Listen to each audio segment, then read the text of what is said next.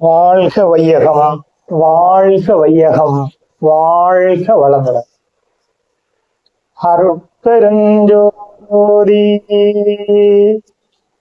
அருட்பெருஞ்சோதி,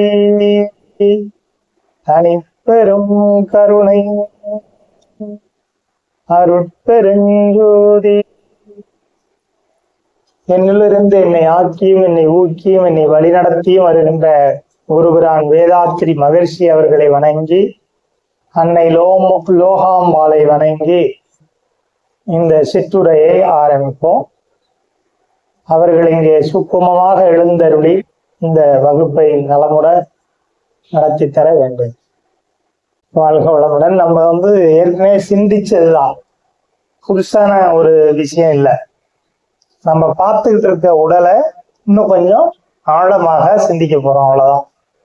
ஏற்கனவே என்ன உடலை பற்றி நமக்கு தெரிஞ்சது அப்படிங்கிற கேள்வி எழுப்பிக்கலாம். இதெல்லாம் தெரிந்ததாக இருக்கிறது. நம்ம மேல இருக்கிற ஆர்கான்ஸ் எல்லாம் தெரியுது, கை கால் எல்லாம் தெரியுது.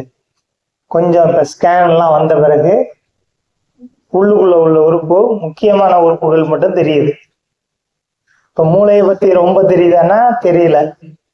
ஹார்ட்டை பத்தி தெரியுது, ஏன்னா ஹார்ட் வியாதி வருது. கிட்னியை பத்தி தெரியுது, கிட்னி வியாதி வருது. நம்மளாம் சில உறுப்புகளை நம்ம இயக்கிக்கிறோம், எப்படி இயங்குது அப்படிங்கிறதையும் தெரிஞ்சுக்கிறோம். சில இதை நம்மளுக்கு தெரிஞ்சுக்க முடியல. அது எப்படி இருக்கு அப்படின்னா, தெரிஞ்சுக்க முடியாம ஏன் இருக்குன்னா, அது உள்ள தானியங்கியா இருக்கு. சில உடல் உறுப்புகள் தானியங்கியா இயங்குது, நம்மள அல்லாம யாரோ இயக்குறாங்க. யார் அது? அது இயற்கை, இறைநிலை. நம்மள்ட்ட அது கேட்காது. கண்ணு சிமிட்டிக்கிறது, கண்ணு அந்த அதெல்லாம் நமக்கு வெளியில தெரிகிற ஒரு விஷயம். நம்மளை கேட்குதா? கண்ணை சிமிட்டும் போது கேட்காது. மூச்சு ஓடுறது நம்மளை கேட்குதா? கேட்காது. அது மாதிரி இப்போ நுரையீரல்ல சில ஃபங்க்ஷன் நடந்துகிட்டே இருக்கு. ஈரல்ல மண்ணீரல், கல்லீரல் நடந்துகிட்டே இருக்கு. உள்ளுக்குள்ள இருக்கிற உள்ளுறுப்புகள் நிறைய இயக்குது. நமக்கு மேல தெரிஞ்சது தோல் தான். தோலை பார்த்து மனுஷனை என்ன பண்றோம்? எடை போடுறோம். சிவப்பா இருக்கிறவங்க, கருப்பா இருக்கிறவங்க, உயரமா இருக்கிறவங்க, கட்டையா இருக்கிறவங்க அப்படின்னு நம்ம எடை போடுறோம். உருவத்தை வைத்து ஒரு எடை போடுறோம். அது வேற ஒரு மனம். ஆனா உள்ளுக்குள்ள இந்த உடல் எப்படி இயங்குதுன்னு யார்கிட்டையும் கேட்டோம்னா தெரியாது. எல்லாருக்கும் ஒரு வியாதி வந்துட்டு தான் போகுது. யாருக்கும் என்ன பண்ண மாட்டேங்குது? வியாதி வராம இருக்கா அப்படின்னா இல்ல. உடல்ல நோய் வந்துவிட்டு தான் போகுது. எதுக்காக வந்துட்டு போகுது? என்ன காரணங்கள்னால? அதை சிந்திக்கணும்ல. இப்ப நமக்கு உடலை பற்றி எல்லாம் தெரிஞ்சது மாதிரி நம்ம நினைச்சுக்கிறோமே தவிர, உடலை பற்றி எல்லாம் நமக்கு தெரியல. அது இயங்கக்கூடிய ஒரு தொழிற்சாலை மாதிரி இயங்குது அப்படிங்கிறாரு மகரிஷி. ஒரு தொழிற்சாலையில எப்படி ஆட்கள் வேலை செய்யறாங்களோ அப்படி செல்கள் வேலை செய்யுது. செல்கள் அப்படியே அடுக்கப்பட்டிருக்கு. மேல பாக்குற தசை தான் நமக்கு தெரியுது. இந்த தசையிலேயே இப்ப தோலுக்கு உள்ள இருக்கிற ஒரு தசை, மண் தசை. தசையிலேயே என்ன இருக்கு? அது நிலமாக இருக்கிறது. அது என்னவா இருக்கு? நிலம்ங்கிற பண்பு கொண்ட ஒரு திடப்பொருளாக இருக்கு. அப்ப 5 பூதங்கள் நம்ம உடம்புல இருக்கு அப்படின்னு சொல்லியிருக்காங்க. 5 பூதங்கள் என்னென்னது? நிலம், நீர், நெருப்பு, காற்று, விண். எல்லாமே இந்த உடம்புக்குள்ள இருக்கா அப்படின்னா இருக்கு. அதுதான் பஞ்சமா. அது என்ன சொல்றாங்க? ஒரு ஒரு ஒரு பஞ்ச பௌதீக பொருட்கள் உள்ள சேர்ந்து இருக்கு. தரமாறி தோன்றும் பிறப்புன்னு அவை பாடுறாங்க. ஒரு பஞ்சபூதம் தரமாறி தோன்றும் பிறப்பு. அப்ப எப்படி இது உள்ள உடலாக அமைத்து கொண்டது? ஒரு வித்தணுல இருந்து, ஒரே ஒரு வித்தணு தானே, ஒரே ஒரு சுரோனிதமோ ஆண் பெண் நன்று இது கூடின பிறகு சேர்ந்து கட்டிக்குது, அப்படியே பல்ஜ் ஆகுது. 10 மாதம் உடல் எங்க இருக்கு? அம்மா வயிற்றுல இருந்து அம்மா ரத்தத்தை உறிஞ்சி அம்மா சாப்பிட்றதெல்லாம் கேட்டு எண்ணெல்லாம் எண்ணி அது கட்டிக்குது. அப்படி உடலை கட்டி வெளியில வருது 10 மாசத்துக்கு அப்புறம், திரும்பியும் உடல் கட்டிக்கிட்டே இருக்கு. சாப்பிட்ற சாப்பாடுனால ரத்தம் ஊறுது, உடல் தசை வளருது. இதெல்லாம் மேம்போக்க தெரிஞ்ச விஷயங்கள். மேம்போக்க நமக்கு என்னெல்லாம் தெரியுது?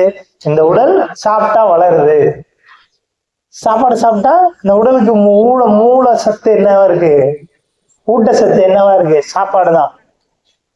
சாப்பாடு மட்டுமா வளருது? சாப்பாடு சாப்பிட்டாலும் வளருது, தண்ணி குடிச்சாலும் வளருது, காற்று எடுத்துக்கிட்டு வளருது. புரியுத நான் சொல்ற அந்த இடம்? அப்ப ஒண்ணுனால மட்டும் வளரல, ஆனா ஒண்ணுதான் மேஜரா இருக்கு. எது மேஜரா இருக்கு? சாப்பாடு தான் மேஜரா இருக்கு. சாப்பாட்டை அதிகம் பண்ணா உடல் கெட்டு போயிடுது, சாப்பாட்டை குறைச்சாலும் உடல் கெட்டு போயிடுது. அப்ப உடலை பராமரிக்கிறதுல இந்த 5 விஷயங்களையும் தெரிஞ்சுக்கணும். இந்த 5 விஷயங்கள் என்ன? இப்ப சொன்ன இல்லையா, நிலம். நிலம் என்னவா இருக்கு? நம்ம உடம்புல எலும்பா இருக்கு. நிலம்ங்கிறது நேரடி நிலம் இல்ல, மண் இல்ல, மண்ணுக்கான அறிகுறி மாதிரி திடப்பொருள். நம்ம உடம்புல திடப்பொருள்லாம் என்னெல்லாம் இருக்கு?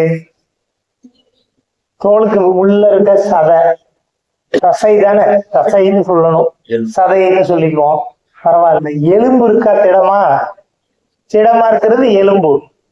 இந்த 2 நம்மளுக்கு அதை பத்தி நமக்கு தெரிஞ்சிருக்கான்னா ஓரளவுக்கு தெரிஞ்சிருக்கோம். எவ்வளவு தெரிஞ்சிருக்கோம்? இப்ப தசையில எத்தனை வகை இருக்கு தெரியுமா? தசையில 3-4 வகை இருக்கு. மேல பாக்குற எலும்போடு கூடிய தசை ஒரு மாதிரி தசை. மென் தசைகள் இருக்கு, ஹார்ட்ல இருக்கிற தசை, நுரையீரல்ல இருக்கிற தசை. ஆமா, 3 தசை. இதயத்துக்கு மட்டும் தனி தசை. ஆமா, திசுக்களால் ஆனது. எப்படி திசுக்கள் எதனால் ஆனது? செல்களால் ஆனது. இப்ப இப்படி கட்டுறோம்ல, ஒரு வீடு கட்டுறோம். இந்த வீடு எப்படி இருக்கு? இது கட்டடம்னு சொல்றோம்ல, இத கட்டடம், அறிவித்திருக்கோயில் கட்டடம். இந்த கட்டடம் எதனால் ஆனது? செங்கல், சிமெண்ட், மண்ணு எப்படி கலந்து கட்டியிருக்கோ அது மாதிரி இந்த தசையை எதனால கட்டியிருக்கு? செல்கள். செல்கள் கோர்த்து கவ்வி, கபால கவ்வி பிடிச்சுக்கிட்டு இருக்கு. நம்ம உடம்ப சுத்தி செல்கள் இருக்கு. முதல்ல சின்னதா செல்கள். செல்களுக்குள்ள போய் பார்த்தா என்ன இருக்கு? அந்த உயிர் ஆற்றல் எல்லாம் இயங்கிட்டு இருக்கு. அது இன்னும் சின்னதா, கண்ணுக்கே தெரியாது, செல்லே கண்ணுக்கு தெரியாது. செல்கள்லாம் கோத்து பிடிச்சோம்னா திசுக்கள், திசுக்கள்லாம் கோத்து பிடிச்சா தசை. இப்போ ஒன்னொன்னா கோத்து இருக்கா? தசையெல்லாம் கோத்து ஒட்டி இருக்கு. இதை எடுத்துட்டோம்னா என்னவா இருக்கு? எலும்பு கூட இருக்கு. இந்த எலும்பு கூட தான் படுத்துற பாடு தாங்கல. எலும்பு கூடு தானே இது. உள்ள என்ன இருக்கு? எலும்பு கூடுக்குள்ள ஒரு உயிர் ஓடிட்டு இருக்கு. இப்ப எலும்பு எப்படி எல்லாம் இருக்கு? கபாலம் பெரிய எலும்பு, இதுதான் அந்த இடம், மண்டையில இருக்கிற பெரிய எலும்பு. அப்புறம் கபாலத்தோட முதுகந்தண்டு, 33 எலும்பு கோத்து இருக்கு, 33 தண்டு வடை. அதெல்லாம் புத்தகத்துல இருக்குமா? அதெல்லாம் இல்லைங்க, புத்தகம் எல்லா புத்தகத்துல இருக்கிறது தான். கூட குறைச்சி சொன்னா நான் சொன்னதுன்னு இருக்கும், மகிழ்ச்சி எனக்கு சொன்னதுன்னு இருக்கும், அவ்வளவுதான். புத்தகத்துல இருக்கு. நம்ம தெரியாத நோட் பண்ணிக்கிங்க, புதுசா ஏதாவது சொல்லலாம், அது ஒன்றும் பிரச்சனை இல்லை, நானே சொல்லுவேன் புதுசா இருக்கு. அப்ப எலும்பு எத்தனை எலும்பு? 33 எலும்பு. முதல்ல கொஞ்சம் 12 எலும்பு, அப்புறம் 4 எலும்பு, 7 எலும்பு, அப்புறம் 4 எலும்பு அப்படின்னு சொல்லி வரிசையா கோத்துருக்கு. இதுல அசையக்கூடிய எலும்பு, அசையாத எலும்புன்னு இருக்கு. இந்த 33 எலும்புகளையும் நம்ம எங்க இயக்குறோம்? உடற்பயிற்சியில இயக்குறோமா இல்லையா? அது இயங்குறதுனாலதான் உயிர் ஓட்டம் நல்லா நடைபெறுது. அங்க அந்த புரிதல் தான் வேணும். நம்ம வகுப்பெடுக்கிறது இல்லை, இது பரீட்சைக்கு எழுதுறது இல்லை. இது இந்த புரிதலோட அந்த உடற்பயிற்சியை செய்யணும், இயக்குறோம். இப்ப இது 12 இயக்குனாலே மொத்தமா சரியா இயங்கிடுது அப்படின்னு சொல்றாங்க. 12 அல்லாம மொத்தமா இருக்கிற 33 இயக்குது. கொஞ்சம், அடுத்த கொஞ்சம், அடுத்த கொஞ்சம். இப்ப நீங்க மல்லக படுத்துக்கிட்டு மகராசனம் செய்றீங்கல்ல, அப்ப மகராசனம் செய்யும் போது ஒரு வகையான எலும்பு ஒண்ணு என்ன ஆகுது? இயக்கப்படுது. அப்புறம் குப்புறப்படுத்திட்டு அதையே இயக்குறீங்களா, அதுல ஒரு வகையான எலும்புகள். இப்ப 4 நாளா பிரிக்கிறோம். அதெல்லாம் விஞ்ஞானத்துல கடுமையா உள்ள போய் பார்க்கலாம். நம்ம யூடியூப்ல எல்லாம் நிறைய இருக்கு. எல்லா தகவலும் நிரம்பியதுதான். ஆனா செய்யறோமா? தகவலை மண்டையில நிரப்பிக்கிட்டு என்ன பண்ண போறோம்? தகவல் நிரப்புறது இல்லை. அது இல்லை முக்கியத்துவம். அந்த உடலை நம்ம இயக்குறோமா? காலப்படி சைக்கிளிங் பண்றோம்ல, இந்த தொடல இந்த தொடை இறுகி விலகணும். அப்ப இறுகி விலகுனா நடைப்பயிற்சியில நடக்கக்கூடிய ஒரு விஷயம் இந்த இடத்துல நடக்கும். நடந்தா உங்க கை காலு நல்லா இருக்கும். கை கால் நல்லா இருந்தா உடல் இறுக்கம் பெறாது. உடல் இறுக்கம் பெற்றுச்சுன்னா மனம் இறுக்கம் பெறும். மனம் இறுக்கம் பெற்றுச்சுன்னா உடலும் இறுக்கம் பெறும். மனக்குழப்பம் வரும். உடம்பு வேலை செய்யாது. காந்தம் உள்ள போகாது. இப்போ ஒரு தசையை இயக்குறதுனால உடல்ல சில பாட்டுகள் இயங்குது. எலும்பை இயக்குறதுனால 216 வகையான எலும்புகள் இருக்குமா அதிகபட்சம். இங்க இருந்து ஆரம்பிச்சு இங்க இருந்து போய் இப்படி எல்லாம் இப்ப விழா எலும்புல எல்லாம் எண்ணிக்கை போட்டோம்னா, இப்ப நம்ம எலும்பு நம்ம பயிற்சியில அதுதான் முக்கியம். இங்க இந்த எலும்பெல்லாம் இயக்கப்படுதானே? இயக்கப்படுது. கையை சுத்துறோமா? கையை சுத்துறீங்கல்ல, கையை சுத்தும் போதே இந்த பார்ட்ல இருக்கிற எல்லாம் இயங்குது. இந்த மூட்டு பந்து கிண்ணம்லாம் இயங்குது. இந்த மூட்டு இயங்குது. இந்த மூட்டு இயக்கங்கள் இயங்குனா வயசான வலி வருது இல்ல, அதெல்லாம் போயிடும். கால் பயிற்சியில என்ன பண்றோம்? இந்த பந்து கிண்ணம் இருக்குல்ல, இந்த இது எடுப்பு எலும்பு. கல்யாணம் ஆகாத பிள்ளைங்களுக்கு, மேரேஜ் ஆன பிள்ளைங்களுக்கு, பெண்களுக்கு நல்ல இடுப்பு எலும்பு வளைஞ்சு கொடுத்துச்சுன்னா குழந்தை நார்மல் டெலிவரிக்கு வரும். இப்ப நீங்க கால் பயிற்சியில் அது நடக்குது. இப்படி பண்ணும் போதே அப்படி இந்த எலும்பெல்லாம் சேர்ந்து தான் வரும், உள்ள ஒட்டணும். அப்ப இந்த பந்து கிண்ண மூட்டு, இந்த மூட்டு, முட்டி எலும்பு, இந்த கணுக்கால் எலும்பு மூட்டு பாத்தீங்கன்னா இந்த மூட்டு எலும்புகளே நிறைய இருக்கும். ஜாயிண்ட்னு சொல்லுவோம். இந்த ஜாயிண்ட்ல இருக்கிற இந்த ஜாயிண்ட்ல ஒரு பசை இருக்கணும். ஒரு வகையான பசை ட்ரை ஆகக்கூடாது. இந்த இதெல்லாம் புதுசு. இந்த பசை அதுல எழுதி இருப்பாங்க. இந்த இடத்த அமுக்கி விடுறீங்கல்ல, கால்ல கணுக்கால் முட்டியில அமுக்கி விடுறீங்கல்ல, இது கிரிஸ் அடிக்குது. இது என்ன கிரிஸ் அடிக்கிறதுன்னு? என்ன, லாரிக்கு கிரிஸ் அடிக்கிறோம்ல, உராய்வு ஏற்படாம இருக்கிறது. நம்ம உடம்புக்குள்ளார அப்படி என்ன பண்றோம்? அப்படி டச் பண்ணி காலை டச் பண்ணோம்னா என்ன பண்ணுது? அந்த மூட்டுக்கெல்லாம் பசை மாதிரி போகுது. இங்க அது மட்டும் இல்ல, ஆண்களுக்கு முக்கியமா இது ஆண்மை குறைவுக்கு சரி பண்ணுது. இப்போ ஒரு பயிற்சியில இவ்வளவு நுட்பமா ஒரு சின்ன ஒரு அமுக்குதல்ல இவ்வளவு விஷயம் இருக்காங்கன்னா இருக்கு. அதை ஆழ்ந்து உணர்ந்து செய்யணும். அப்ப தசையை இயக்கிறதுனால ஒரு வகையான இறுக்கம் போகுது மனசுக்கு. காலையில ஃப்ரெஷ்ஷா இருக்கு. எலும்பை இயக்கிறதுனாலையும் உடம்பு என்ன பண்ணுது? ஃப்ரெஷ் ஆயிடுது. அப்ப மண் சார்ந்த நிகழ்வுகள் சரியா இயக்கப்படுது. அப்புறம் நீர் என்ன இருக்கு? ரத்தமா இருக்கு.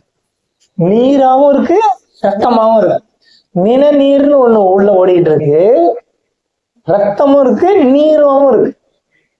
எவ்வளவு நீர் இருக்கு? ரத்தம் எவ்வளவு இருக்கு? 5 லிட்டருக்கு குறையாம இருக்கு. 5ல இருந்து 6 லிட்டருக்குள்ள. கரெக்டாலாம் அளக்க முடியாது ஒரு உடலை. 5 லிட்டருக்கு மேல இருந்து 6 லிட்டருக்குள்ள இருக்குன்னு சொல்றாங்க. ஆனா 5 லிட்டருக்கு மேல 5 லிட்டரு அப்படின்னு வச்சுட்டா 5 லிட்டரும் ஓடிதானே வருது.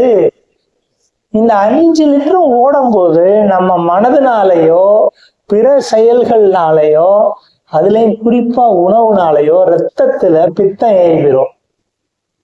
ரத்த பித்தம் ஏறிட்டுனா ரத்தம் என்ன ஆயிரும்? ரத்தத்தோட சுத்திகரிப்பு சரியா நடக்காது. இதெல்லாம் நம்ம செய்யற எண்ணங்கள்னாலேயோ கோள்களின் ஆட்சிகள்னாலேயோ இது பூமி சுத்துறதுனாலயோ ஏதோ ஒரு காரணத்தினால நிகழும். யாருக்கு நிகழுது? பயிற்சி செஞ்சாலும் நிகழும், பயிற்சி செய்யலனாலும் நிகழும். ஆனா பயிற்சி செய்யறவங்க காப்பாத்திக்கிறாங்க, பயிற்சி செய்யாதவங்க விழுந்துடுறாங்க. அவ்வளவுதான் வித்தியாசம். எல்லாருக்கும் நிகழும், நமக்கும் நிகழும். இந்த பௌர்ணமி வரப்போகுது, நம்ம உடல்ல சில மாற்றம் ஏற்படும். கடல்ல மாற்றம் ஏற்பட்டுதா பௌர்ணமி சுத்துனா? அதே மாதிரி நம்ம உடல்லையும் காந்த மாற்றம் ஏற்படும். ரத்த சுழற்சியில மாற்றம் ஏற்படும். அதுல எல்லாம் அதுக்கு எல்லாம் செகண்ட் தாட்டே கிடையாது. என்னன்னா நம்மளால உணர முடியல, அவ்வளவுதான். நம்ம உணரணும்னா நம்மளுக்கு கொஞ்சம் பைத்தியம் பிடிக்கணும்.